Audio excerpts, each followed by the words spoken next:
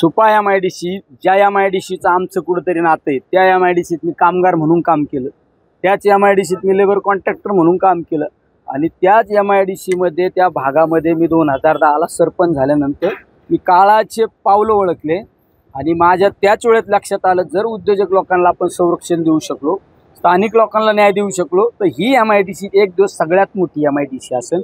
ही सुपा MIDCची अवस्था सुद्धा भयानक झालेली होती व त्या दिवसापासून आम्ही सगळ्या गोष्टी व्यवस्थितपणे हँडल केल्यामुळे आज सुपा MIDC रांजणगाव चाकण MIDC पेक्षा सुद्धा चांगली MIDC आपल्याला पाहायला मिळते।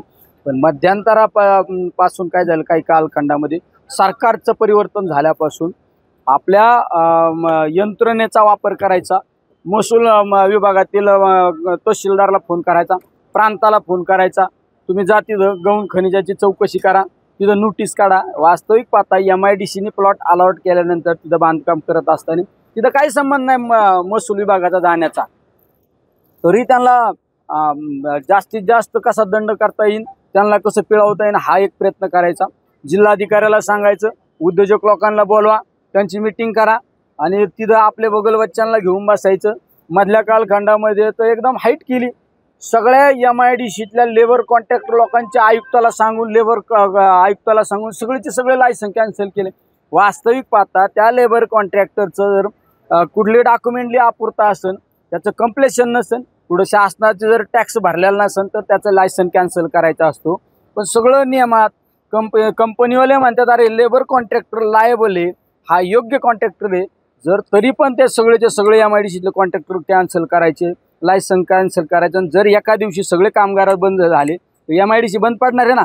एखादा तास म्हणण्यापेक्षा काही मिनिट जरी MIDC जर बंद कंपनी बंद झाली तर लाखो रुपयाचं नुकसान होत असतं। तो एक प्रकार झाला।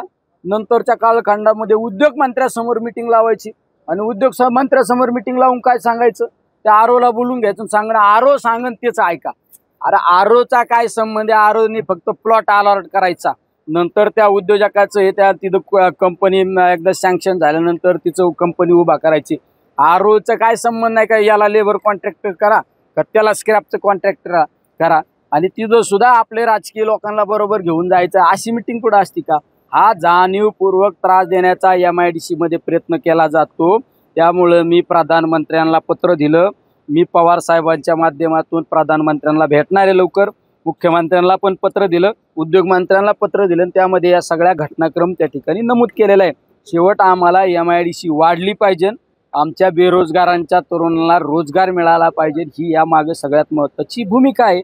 आणि आमच्या म्हणजे चोर तो चोर आणि शिरजोर काचच्या घरात लहानाले दुसऱ्या दगड आणतात, काय आमच्यावर काय आरोप, काय नेहमी उठलं का सुपा MIDCतली गुंडगिरी थांबवायची, सुपा MIDCची दहशत थांबली। अरे काय गुंडगिरी आहे सुपा MIDC, गुंडगिरी काय हे पहा, सुपा MIDC काय दहशत, सुपा MIDC सारखं आनंदी वातावरण कुठल्याच MIDCत नाही।